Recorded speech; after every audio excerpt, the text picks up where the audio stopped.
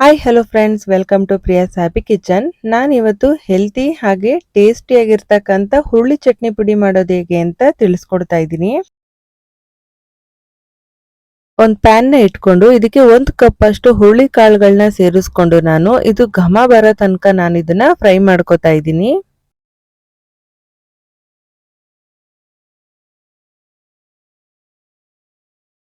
ಈಗ ಫ್ರೈ ಆಗಿದೆ. ಇದನ್ನ ನಾನು ಕಂಪ್ಲೀಟ್ ಆಗಿ ಕೂಲ್ ಆಗಕ್ಕೆ ಬಿಡ್ತಾ ಇದ್ದೀನಿ.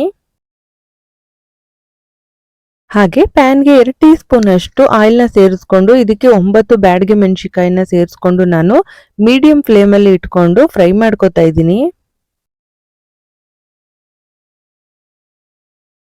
ಸ್ವಲ್ಪ ಕರ್ಬೇವಿನ ಸೊಪ್ಪಿನ ಎಲೆಗಳು ಹಾಗೆ ಅರ್ಧ ಕಪ್ ಅಷ್ಟು ಕೊಬ್ಬರಿ ತುರಿನ ಸೇರಿಸ್ಕೊಂಡು ಫ್ರೈ ಮಾಡ್ಕೊತಾ ಇದ್ದೀನಿ.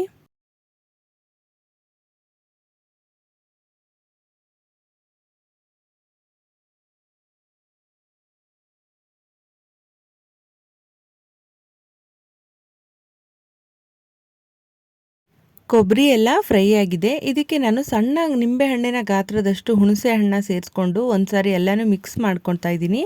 ಹಾಗೆ ಇದನ್ನ ಕೂಲ್ ಆಗಕ್ಕೆ ಬಿಡ್ತಾ ಇದ್ದೀನಿ.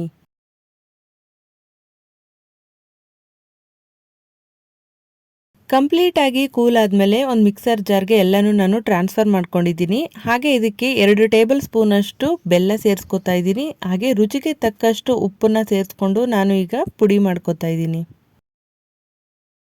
ನೋಡಿ, ಈಗ ಹುರುಳಿಕಾಳಿನ ಚಟ್ನಿ ಪುಡಿ ರೆಡಿಯಾಗಿದೆ. ಇಷ್ಟೇ ಸಿಂಪಲ್ ಆಗಿ ಈಸಿಯಾಗಿ ಈ ಚಟ್ನಿ ಪುಡಿನ ಮಾಡ್ಕೋಬೋದು. ಹಾಗೆ ಟೇಸ್ಟ್ ಕೂಡ ತುಂಬಾನೇ ಚೆನ್ನಾಗಿರುತ್ತೆ. ಯಾರಿಗೆಲ್ಲ ಈ ಹುರುಳಿಕಾಳಿನ ಚಟ್ನಿ ಪುಡಿ ರೆಸಿಪಿ ಇಷ್ಟ ಆಗಿದೆ, ಪ್ಲೀಸ್ ಲೈಕ್ ಮಾಡಿ, ಶೇರ್ ಮಾಡಿ, ಕಮೆಂಟ್ ಮಾಡಿ. ಹಾಗೆ ಯಾರಿನ್ನೂ ನನ್ನ ಚಾನಲ್ನ ಸಬ್ಸ್ಕ್ರೈಬ್ ಆಗಿಲ್ಲ, ಪ್ಲೀಸ್ ಸಬ್ಸ್ಕ್ರೈಬ್ ಆಗಿ ಪಕ್ಕದಲ್ಲೇ ಕಾಣೋ ಬೆಲ್ ಬಟನ್ನ ಕ್ಲಿಕ್ ಮಾಡಿ ಆಲ್ ಅಂತ ಸೆಲೆಕ್ಟ್ ಮಾಡಿ. Thank you.